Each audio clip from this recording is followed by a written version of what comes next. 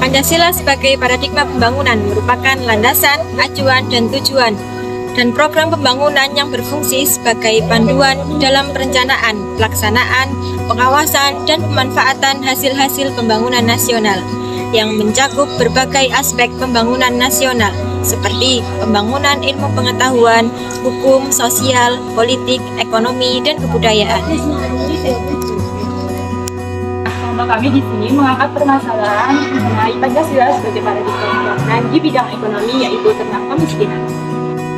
Adapun faktor-faktor kemiskinan yang terdapat di Indonesia, yang pertama yaitu kurangnya akses pendidikan yang berkualitas, sehingga banyak siswa-siswa yang ada di Indonesia kurangnya pendidikan yang berkualitas. Dan yang kedua adalah rendahnya tingkat kesehatan dan akses layanan kesehatan, sehingga di sana banyak peralatan yang kurang memadai. Dan yang ketiga adalah minimnya lapangan kerja yang layak, sehingga banyak pengangguran yang terdapat di Indonesia. Dan yang keempat adalah ketimpangan distribusi kekayaan serta kurangnya infrastruktur dasar di beberapa daerah. Kemiskinan merupakan suatu fenomena yang sering menjadi ancaman bagi setiap negara. Kemiskinan dapat diberantas jika pendidikan suatu negara itu memiliki standar yang berkualitas. Selain itu, layanan kesehatan dan juga pembangunan ekonomi juga harus ditingkatkan. Nah, hal tersebut dapat ditingkatkan apabila tingkat pendidikan suatu masyarakat dalam negara tersebut memenuhi standar. Oleh sebab itu, jika ingin memberantas kemiskinan dalam suatu negara, maka cerdaskan dulu masyarakatnya dengan pendidikan yang berkualitas.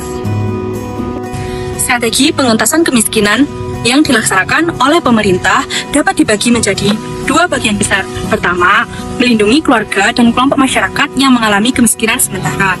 Dan kedua, membantu masyarakat yang mengalami kemiskinan kronis dengan memberdayakan dan mencegah terjadinya kemiskinan baru.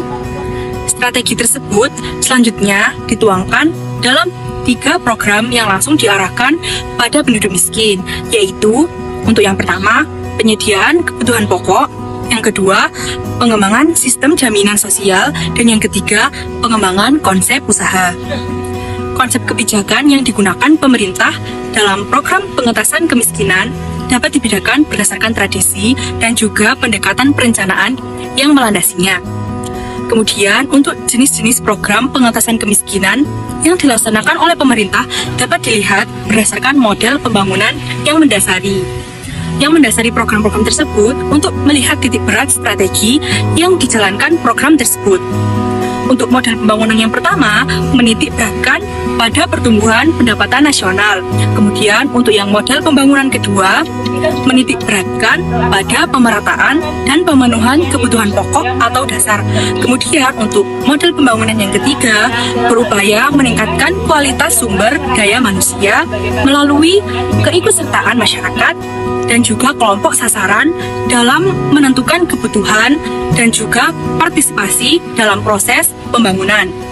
Kemudian, untuk model pembangunan yang keempat, menitik beratkan pada peningkatan daya saing untuk menghadapi era globalisasi dan juga era otonomi daerah. Untuk program bantuan sosial reguler seperti program Keluarga Harapan atau PKH, program sembako, bantuan pemakanan dan atensi untuk lansia dan penyandang disabilitas. Selain itu, saat ini diberikan juga bantuan untuk ketahanan pangan keluarga melalui bantuan pangan cadangan pangan pemerintah atau CPP beras.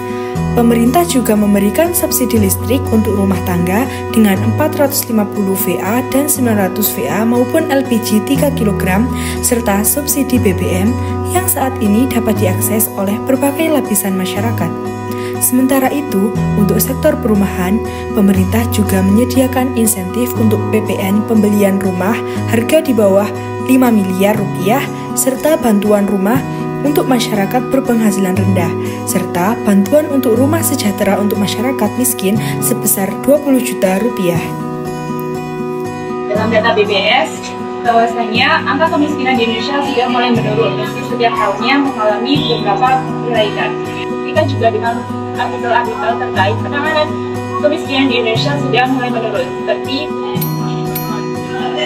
dalam hal ini, pemerintah Indonesia sudah mulai menerapkan Pancasila sebagai paradigma pembangunan di bidang ekonomi dengan cukup baik.